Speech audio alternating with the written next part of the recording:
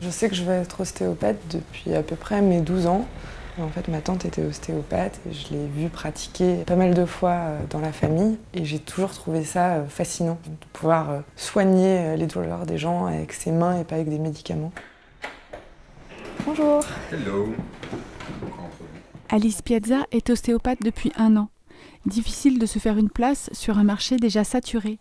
3000 ostéopathes sortent chaque année des écoles et en 3 ans, le nombre de professionnels a doublé. C'est parti. Alors Alice a trouvé une solution originale pour exercer sa passion. Elle se déplace à domicile. Merci.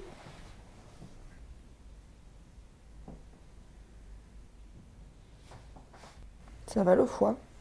Ouais. C'est vrai qu'on est très nombreux à Paris et en région parisienne et c'est aussi un moyen de proposer un service un peu différent des autres. Mais au départ, pour moi, c'était vraiment d'être accessible et disponible dans un souci de proximité pour des personnes qui ne peuvent pas se déplacer ou en raison d'un handicap ou d'un manque de temps. Ok, je te laisse passer sur le ventre. C'est le cas pour Alexis, 27 ans. Associé dans une start-up en pleine expansion, il travaille plus de 12 heures par jour. Pas le temps pour lui de se déplacer en cabinet. J'ai une vie d'entrepreneur qui fait que j'ai pas beaucoup de temps pour moi. Je peux bosser à domicile. J'ai trouvé la simplicité et la souplesse du rendez-vous très agréable, donc je pense que je pourrais le refaire, même avec d'autres professions de médecine. Ce que j'aime bien aussi dans le domicile, c'est de permettre aux gens d'être à l'aise, plus à l'aise que dans un cabinet, parce que quand on se déplace chez eux, c'est à nous de nous adapter à leur environnement. On n'a pas nos marques comme dans un cabinet, alors que le patient, à l'inverse, lui, les a. On réunit plus de bonnes conditions pour le travail chez les gens, je trouve.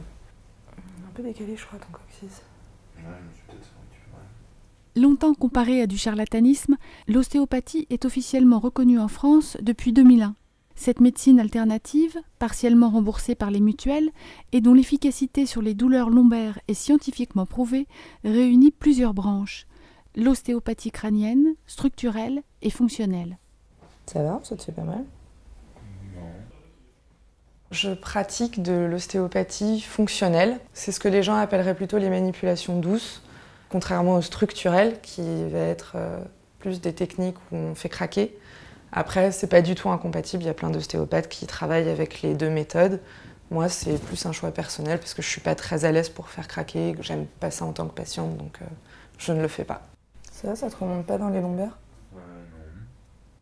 J'aime le contact, j'aime travailler avec mes mains, avec les gens. J'aime bien l'idée de pouvoir faciliter le quotidien des gens. L'ostéopathie a un rôle curatif. Elle soigne les troubles fonctionnels apparus lors de traumatismes corporels, par exemple. Mais elle peut également avoir un rôle préventif. C'est le cas pour Alexis aujourd'hui. Là, c'était plus un rendez-vous de prévention, c'est ce qui est bien aussi en ostéopathie, de pas forcément venir quand on a une douleur. Si on va voir l'ostéopathe en prévention, ça permet de travailler sur les éventuelles dysfonctions que le corps peut mettre en place avant qu'elles se transforment en douleur ou en symptômes. Ça fait du bien de remettre un peu tout en place par-ci par-là. Après ma première séance, je faisais peut-être pas plus attention, mais j'avais plus conscience de certaines douleurs ou déséquilibres.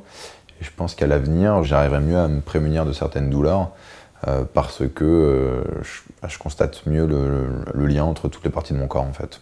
En 1 an, et grâce au bouche à oreille, Alice Piazza s'est déjà constituée une patientèle qui lui permet de vivre de sa passion.